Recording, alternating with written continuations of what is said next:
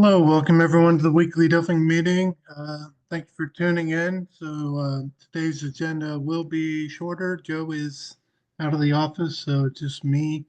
So I'll just go through the regular market update and then update the earnings trades and fire away with any questions. So let's get started. Okay, all the indices still in one, been in there a long time. That Dow did flip into two and right back into one. Uh, that was 5 days ago. Got back into one. And then, as far as ETFs, similar type thing. Energy did get into one, but we still have quite a few in, bear states, twos, and healthcare in four there. So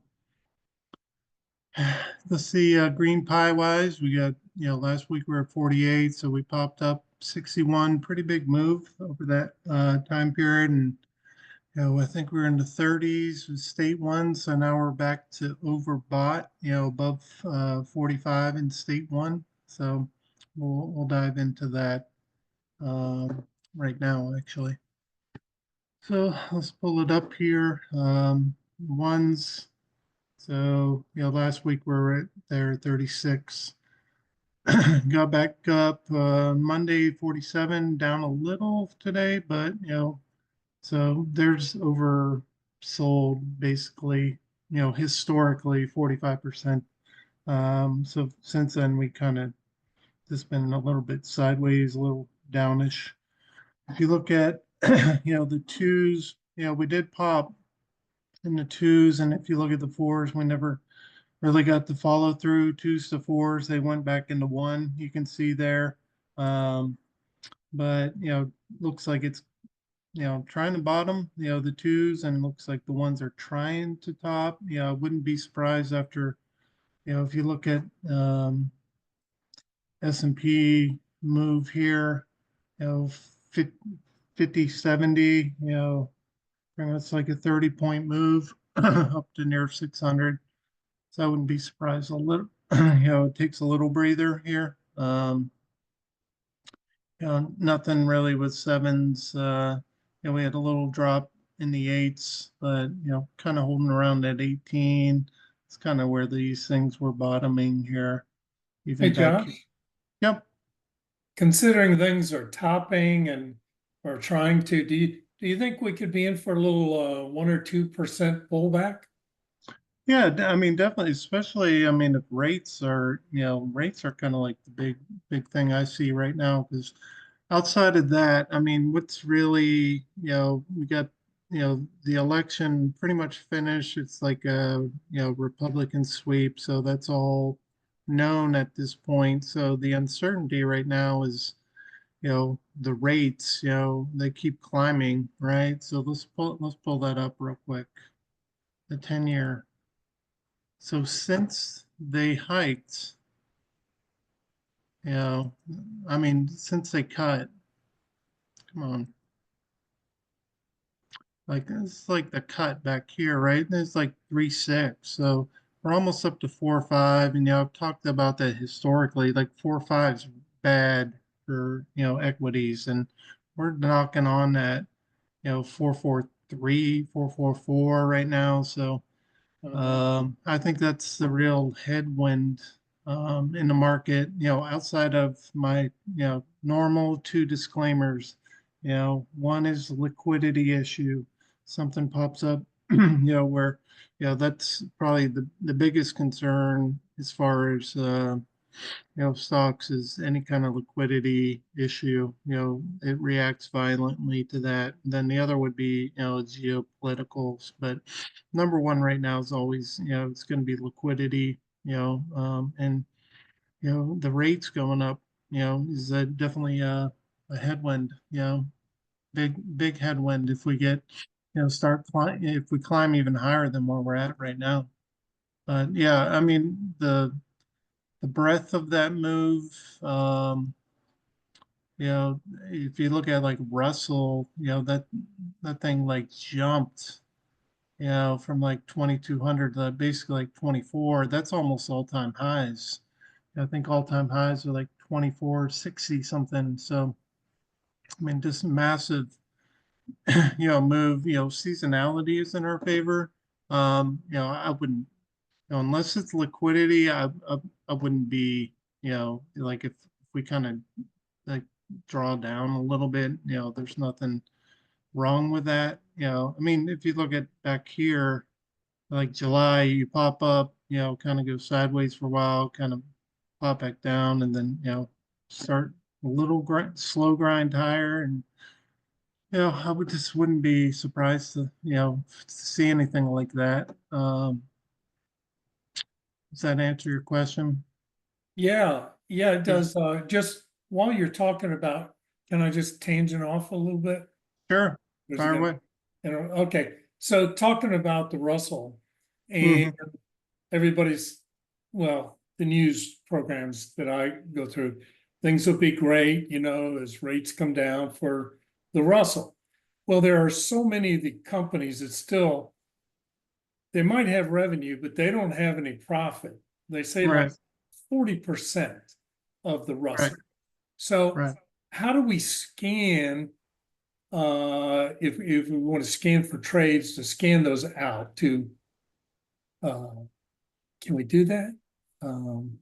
Uh, yeah, I mean, I haven't done that before, but we do in like the custom screener have, yeah, I love the new layout, by the way. It looks nice and we do have, some, different things in fundamentals that you can look for, liquidity, so I don't remember these all offhand, like exactly what they mean, the rate, liquidity ratios, but you can also, look at profitability. Yeah, so this is kind of like in the weeds, but yeah, I mean, it's doable in the system looking for things, that are basically, don't make money. Um, and, Well, I yeah. want to look the other way. Those that do make money thinking, if the rate's going down and they Mhm. get a real boost from whatever the administration's doing, then I'd kind of like to be aware which ones Yeah. are. Well, I mean, you could do like EPS, like, just basically greater than, you know, I mean, you could do one, but like, you know, you can't do point like decimals here, but you do like current EPS greater than zero, Right, you right. know, and then like funnel, look at there's all these different like profitability type things we can do in there, like profit margin, that's like percentage wise, like what profit is. Yeah, not that one. I just haven't done a ton in these book value ratios. I think this one's like big.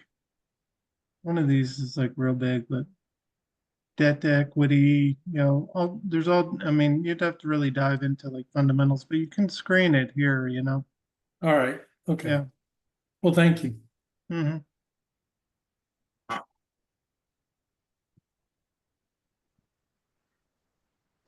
Yeah. So this just right there is, this is the liquid list, but you can go into, uh,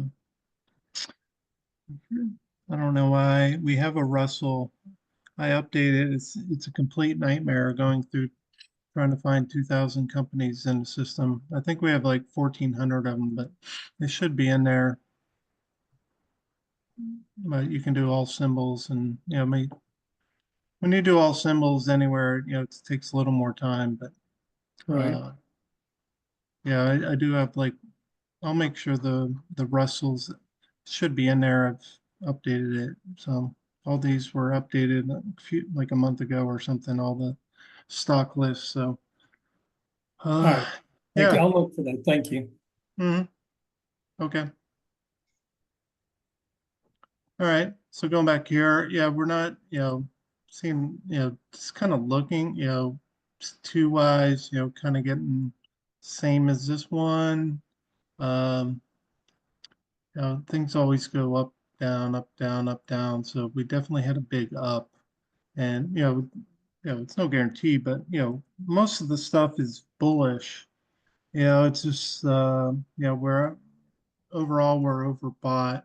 And then, it's such a drastic move, and it seems to be rounding here, but just be careful with that. We get like if you look at the highs, I mean, we just have massive highs, like that almost 1,000. So a couple real big days here. So yeah, another kind of rounding thing, the 20-day EMAs. Those pretty much peaked there the 7th and just kind of trending down. This is the first one that goes down, the 20-day. And 50 days, same thing, starting to show. It wants to kind of revert. So, I wouldn't say it's going to be fill the gap type thing, but I just wouldn't be surprised if we give back a little, but no promises. I mean, most things are bullish, so there's no reason we can't grind higher, but just some of these things are turning a little, just something to be wary of. We had another huge state one transition day back there on the 6th, 233, huge. So we've been having a lot of those. There's not that many overall, in the history, going back to '07. So we've had like three in the last, like 6 months. So pretty crazy. Uh, overall bullish, bearish, same type of thing. Like it looks like it wants to roll, but I think more importantly is we'll look at the levels, but not like a huge move. Considering the breadth, the Russell just like really popped. I thought this would go much higher, but we only got up 61, kind of right around there. But with the Russell, that's 2,000 stocks, just massive move, and it's just not didn't get like a huge pop up there in the 70s or anything, just low 60s. So that'd be like one of the smaller upward moves. I mean, typically you get around 70. There's 71, 69, 75, 69. So this would be a smaller one, but so we'll wait and see. But it's not like all green flags, but Right. okay. So, S&P, getting up right near that 6,000. I think we closed above it, one day, 6,001. Seems like it's acting kind of like a little resistance. At least, we got 3 days here kind of testing it.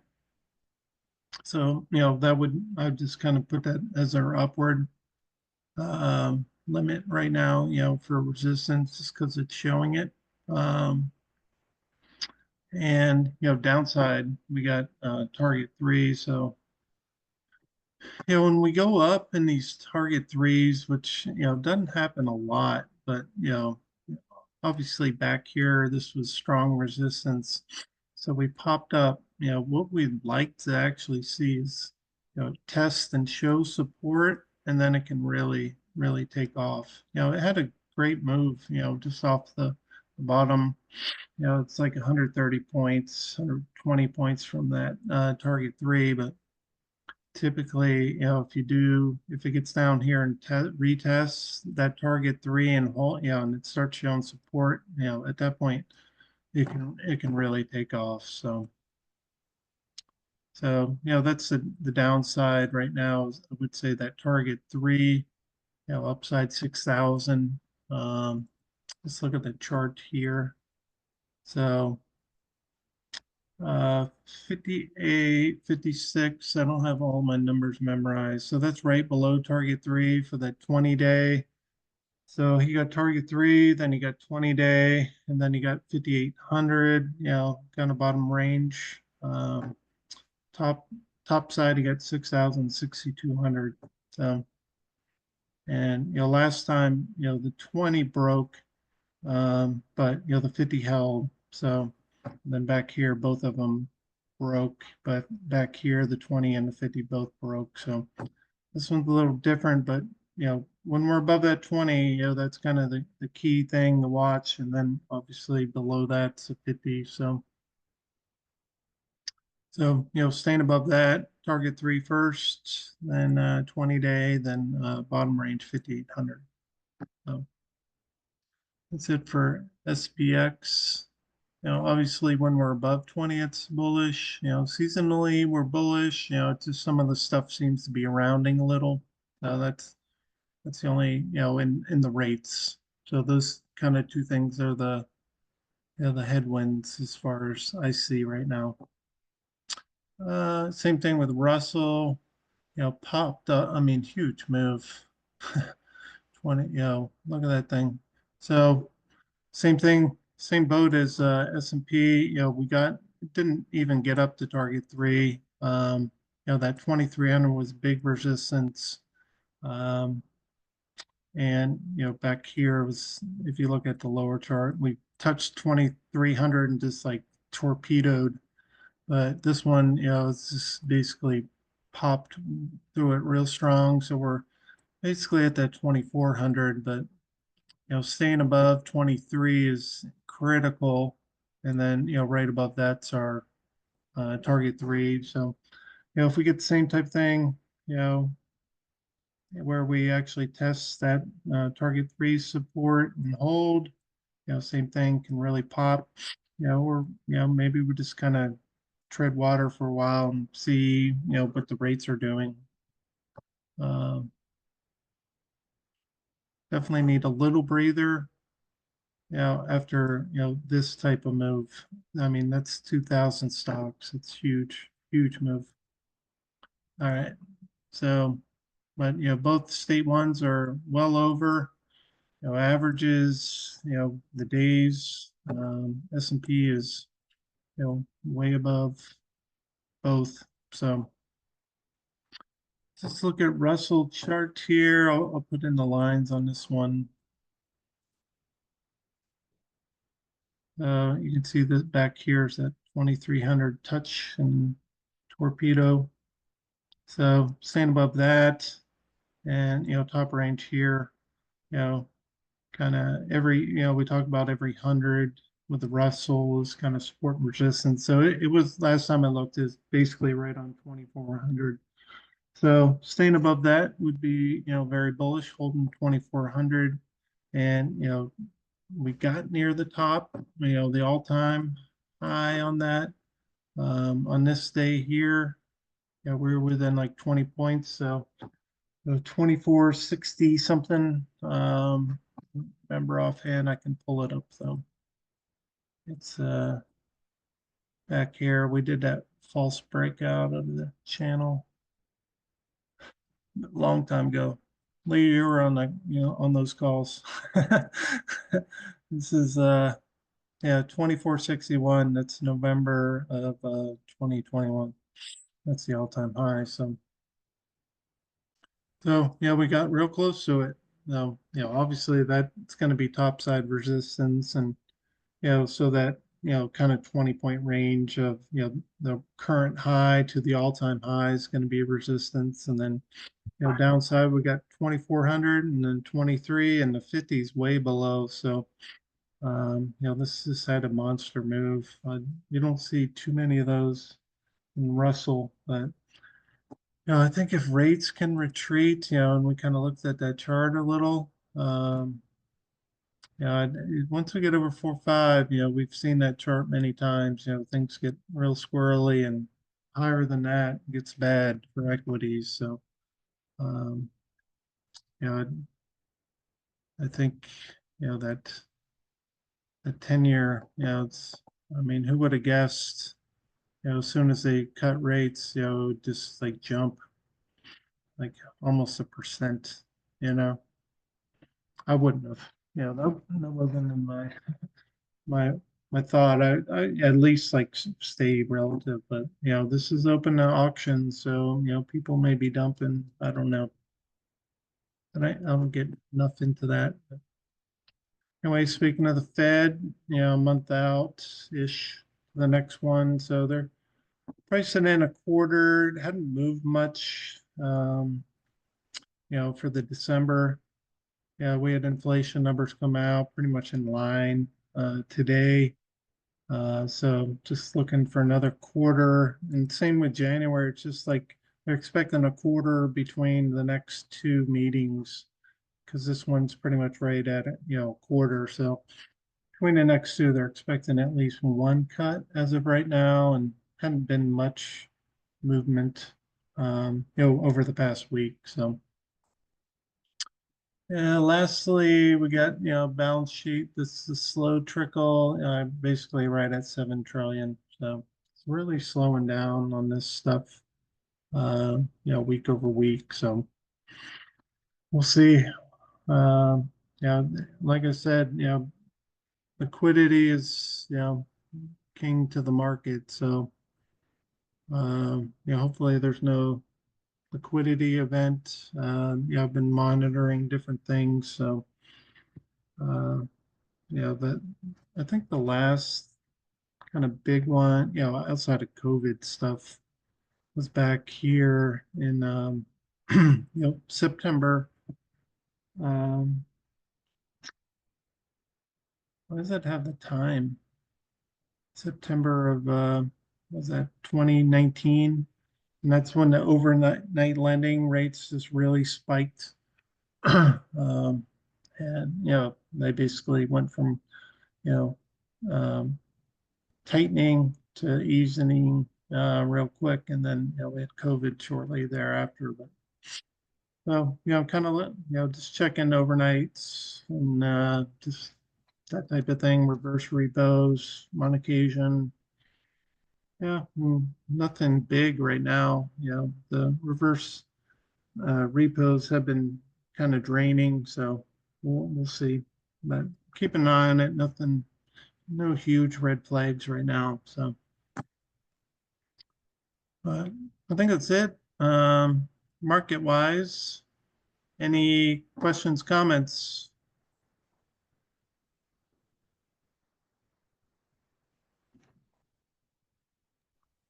Well, it's Dave Huffman. Just a question for a comment, but it's, I guess, a comment. Seems like things are just kind of quiet now. Hmm. That don't know what a catalyst on an upside or downside might be. Nvidia's earnings are in like I think 2 weeks out yet, or second week Yeah, out. So, yeah. the AI trade, is that in focus anymore? I don't know. We'll Some find things are out. kind of quiet. The nuclear stuff has quieted down a little bit. It's Yeah, hard to get a pulse on something that's going to go somewhere. Either yeah. way.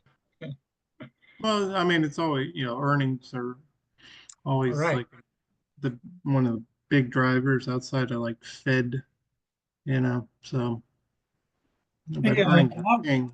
Hmm. how close are we to this earnings period ending? Um, well, I mean, next earnings plan would be a month out, so 12/15. So, but I think we're through the big, um, the big, um, Yeah, the majority of this yeah, company reported. right. Yeah. That's what There's earnings like, throughout the quarter. I mean, so, but yeah, I think Nvidia's like a bit, that, let me pull that one up, see when Nvidia is. I think Dave There's said it's stragglers a out there couple for weeks. for almost a month yet, Lee. Micron is one of the last ones that I watch, and it's still a month away. So Yeah, Nvidia's next Thursday. stragglers out there for a while. Yeah.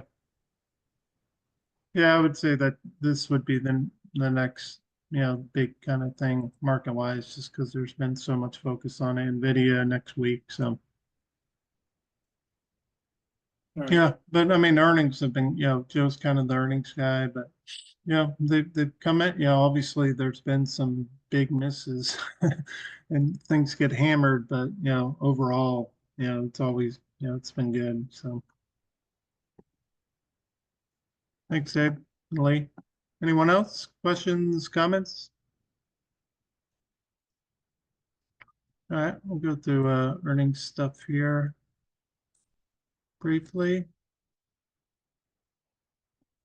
All right, bullish pre-runners, there's nothing open, so I think we're pretty much done with those. Only 5 triggered. So 1 loss, 4 wins, up, up a little chunk. Bearish runners, pre-runners, I mean. Had 2. Both, this one didn't hit the profit target, but still closed out, and this one did. These were both negative for a while and they flipped, so ended up, not a ton of money, but bullish runners. This one's been strong. We still have one out there, DHI. I haven't seen it today. I track them, so it's up nothing, barely today, but we got 5 that closed out.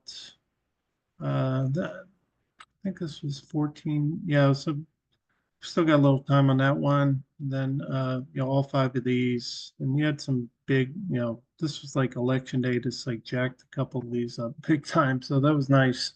So overall, real strong here. The bearish runners, I think both these are down. No closed position. Both these are open.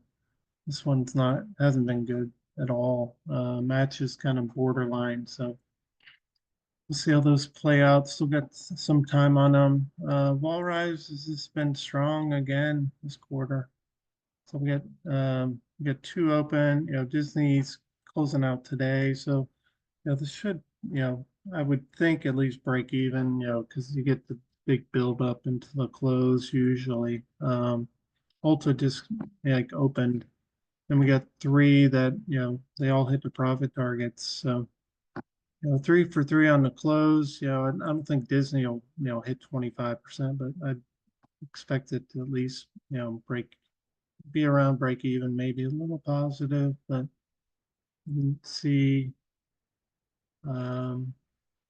it's up decent today. So hopefully, people are expecting, big moves and, build up the IV there, and then, Ultra just pop, came in yesterday. So, but this one's been strong. So you got that in bullish runners, and I mean, the bullish pre-runners did all right, just not a ton. We'd still get so many of those estimated.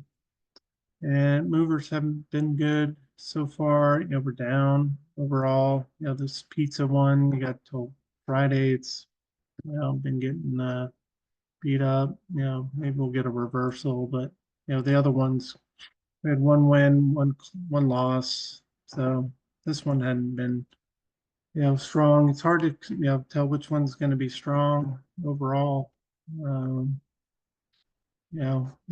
quarter to quarter. But the vol rise have been pretty, consistent the last, couple, 2 or 3 quarters. So do you have any comments on that? I know you trade a lot of these. They're working. I just closed Disney because its earnings are coming. But, Yeah. it wasn't profitable, but in general it is. Yeah. And for the most part, the ones I've traded have been working. Yeah. So far, I mean, just I mean, even some of these, like this non-mover, like you could have got out for a profit. I just go by the rules, but if I was in this thing and it popped, and you're down like 400 or whatever, and you get back up 100, I probably would have closed it at that point personally. I've closed PII. Yeah, I took the hit on that one. Yeah. But that's just it's all probabilities, and right. if you trade them, all the ones that are confirmed, you're gonna in general come out ahead because as long as you keep your investment and your risk in each one the same, Right. but Yeah. you don't know which ones are good. You can't predict which ones are not going to work and which ones will work. But for the most part, they work. Yeah. Yeah. And I mean, yeah, we've only had a couple of down quarters, but overall, but yeah, we've had a few strong, a couple slightly above water and, kind of minimize the negatives, but, some of these, quarter, I think overall this one's been pretty good though. Um, Especially like the bullish runners and the vol rise. Yeah. Thanks, Sadir. Yeah, well, to your example, you were talking about PII. I remember some quarters where I remember one time I was traveling on vacation. I didn't have time to take some of the non-movers. They just happened to hit when I was on vacation. Mm-hmm. And that quarter, just coincidentally, the non-movers were the best performing performing group. Yeah. Yeah. And this quarter maybe not so much. So you really can't tell. You have to kind of trade it consistently. Right. Trade as many as you can consistently. Keep your risk the same, and then in general you'll come out ahead. Right. Okay. Yeah. Thanks, Sadir. All right. Well, I'll open up to any questions, comments. No Joe today. He's traveling. So just me. And if you guys have any other questions, comments, now's the time.